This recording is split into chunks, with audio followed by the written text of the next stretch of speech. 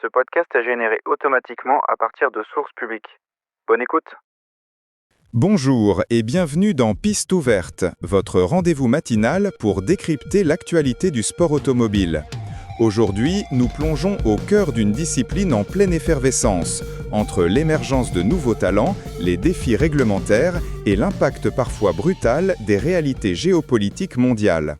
Le sport automobile, dans sa diversité, se trouve à un carrefour où l'ambition des pilotes rencontre la complexité d'un calendrier international et les impératifs de la gouvernance sportive.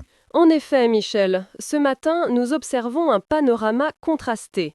D'un côté, la passion et le rêve incarnés par des jeunes pilotes qui visent les sommets, et de l'autre, des échéances majeures bousculées par des conflits ou des règlements qui se durcissent pour maintenir l'équité. C'est un équilibre délicat entre l'individualité du sportif et la machinerie globale qui l'entoure.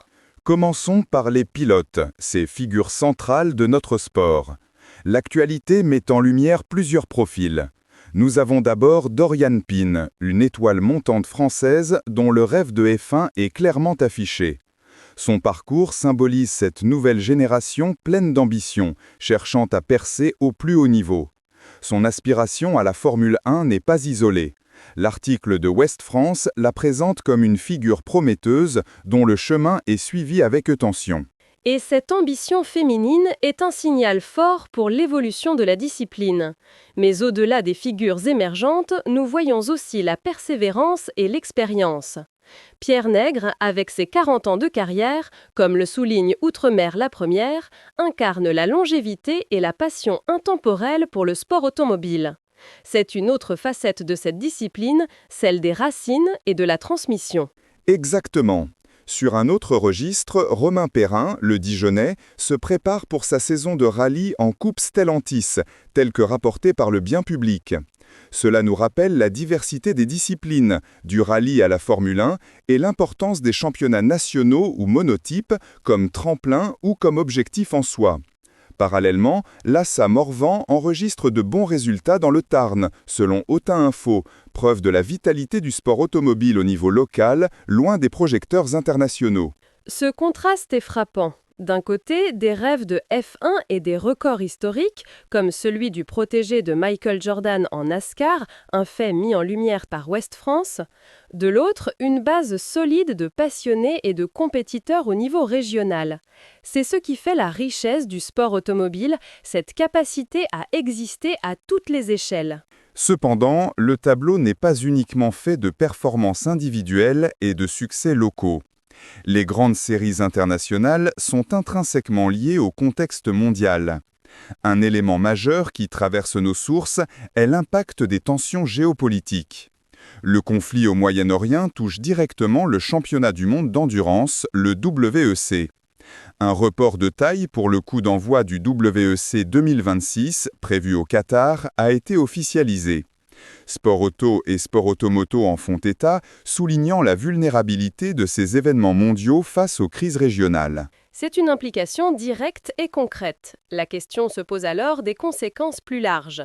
Sport Auto interroge d'ailleurs l'impact de cette guerre au Moyen-Orient sur la F1 et le WEC de manière générale. Ce n'est pas seulement une date qui est déplacée, c'est toute une logistique, des contrats, des équipes, des fans qui sont affectés. Cela met en lumière la dépendance des grands championnats à la stabilité internationale et aux relations diplomatiques bien au-delà des seules performances sur piste. Cette dimension géopolitique s'entremêle avec les évolutions réglementaires. La FIA, par exemple, a dû trancher dans l'affaire des moteurs Mercedes en F1, décidant de les contrôler plus tôt que prévu. Le Max Sport Auto détaille cette décision. Cela illustre la nécessité pour les instances dirigeantes de maintenir l'équité sportive et de réagir aux éventuelles controverses techniques, même au plus haut niveau de la compétition. Et ce n'est pas la seule évolution réglementaire. Le GP d'Australie F1 2026 verra 2 changements majeurs de règlement concernant les qualifications et la pit lane, comme l'indique Sport Auto. L'année 2026 semble être un horizon clé pour de nombreuses modifications. Cela montre une volonté constante d'adapter et d'améliorer le spectacle, la sécurité et la compétition, mais aussi une certaine instabilité dans les règles du jeu. En mettant ces informations en perspective, plusieurs tendances se dessinent. Premièrement, le sport automobile continue d'attirer et de faire rêver, comme en témoigne l'ambition de Dorian Pin ou les performances historiques en NASCAR.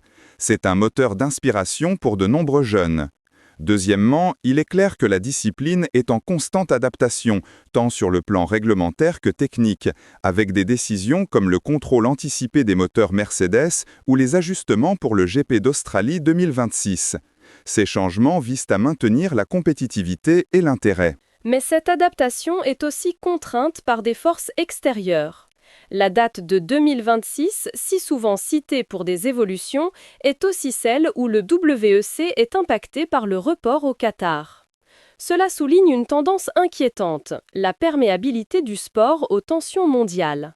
Les stratégies de développement des championnats doivent désormais intégrer cette dimension d'incertitude géopolitique, ce qui complexifie grandement la planification à long terme. La question n'est plus seulement de savoir qui sera le plus rapide, mais aussi où et quand la course pourra avoir lieu. En parlant de complexité, nous pouvons identifier quelques incertitudes et même des contradictions apparentes. D'un côté, l'image d'un sport en plein essor avec de nouveaux talents et des records. De l'autre, la réalité d'un calendrier international qui vacille.